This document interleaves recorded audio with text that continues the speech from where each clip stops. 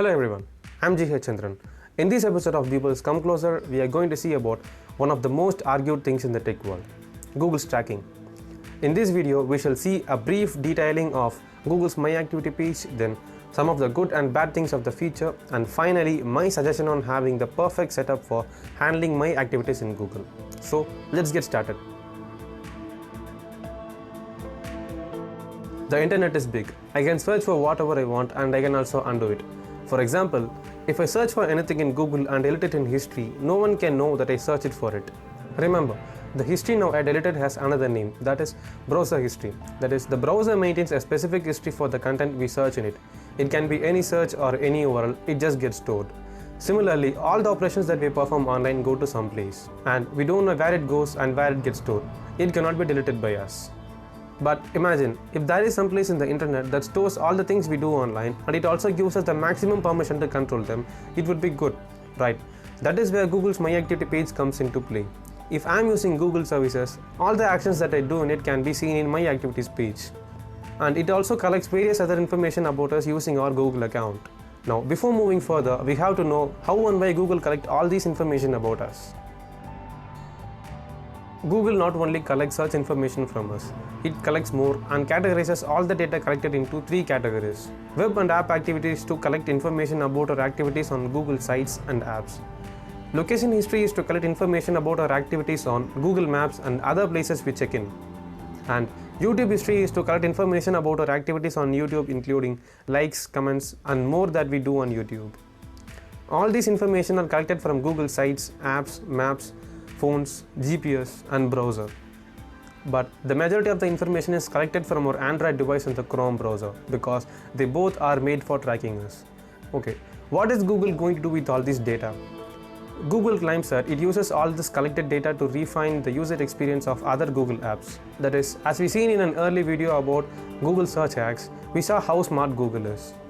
That is, if I just type in weather in Google search, I get the results for my location's weather, even if my location is turned off. Similarly, we all know that Google provides the autocorrect feature for misspelled words that work with the help of a dictionary. But have you ever doubted that some non-English word also gets autocorrected? That is also because of the data. But that's not ours. The data is taken from someone else. It can be even you who already searched for that. Google takes their data and adapts its search for that kind of data. And there's one more big reason. Advertisements. We all know that Google pushes advertisements to all of us. Have you ever felt that the ad was irrelevant to you? No, because all the advertisements that Google pushes are more targeted to us based on what we use. This is also why Google collects all the information about us. Thus, from those ads, we can get more offers, deals, and more for the things that we need. That's a bonus for us, right? Then we can use a timeline feature for our location from our My Activity page, which can be used to review our visits over time. Google provides full freedom to our data. We can download any of them in various formats using Takeout feature. And we can even turn on or off all the tracking features of Google, or even we can set up auto delete feature too. But there are some issues with the tracking feature. First and foremost, data privacy. All these features are enabled by default with a single accept button that we click during the license agreement. As soon as I click that button, it can do whatever it wants. It can collect my device ID, IP address, and location, and many more, so easily. Even if I delete those data, there is no surety that all the data are permanently erased from Google servers. That less reliability is a flaw. Then these are not the things that works only in the online. The location service and some other app activities can record our information even when we are offline and send those collected data to the server once we get online. Why? There is no privacy even in offline? Sadly, there is no option to turn off the offline tracking feature. And then advertisements. Advertisements may be more useful for us at many times, but they are ads that we probably don't need them. And sometimes the ads are annoying and very much irrelevant. Especially the ads that we get on YouTube after evenings. They are very much irrelevant and targeted to me based on my age and gender, even if I'm not interested in that type of content. That appears like pulling me into something that I'm not interested in.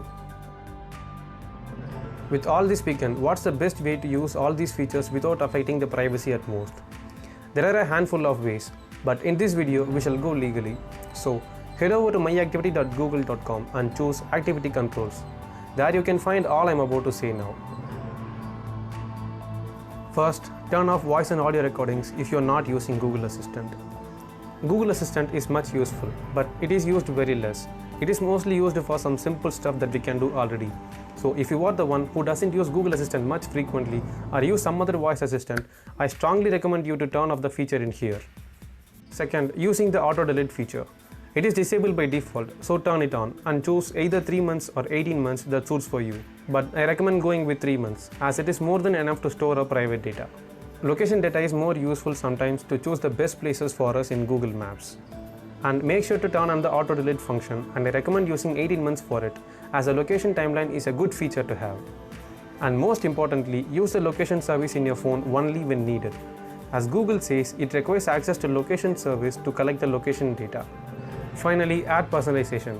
There is no way to stop the ad totally, but we can have control over it. So I suggest having ad personalization turned on. By that way, Google gives us more relevant ads and we can also enjoy some benefits of it. And we can also tweak with some of the personalization with these on this page. But if you chose to turn off ad personalization, I suggest using an extension called IBA to turn off ad personalization from the browser itself. Then I also suggest using some other Chrome alternatives such as Microsoft Edge, Brave browser, Firefox, or even Vivaldi. And finally, as everyone says, try to use incognito browsing wherever possible. And I hope this content is useful for you. If yes, just give me some thumbs up and subscribe to our channel. Thanks for watching.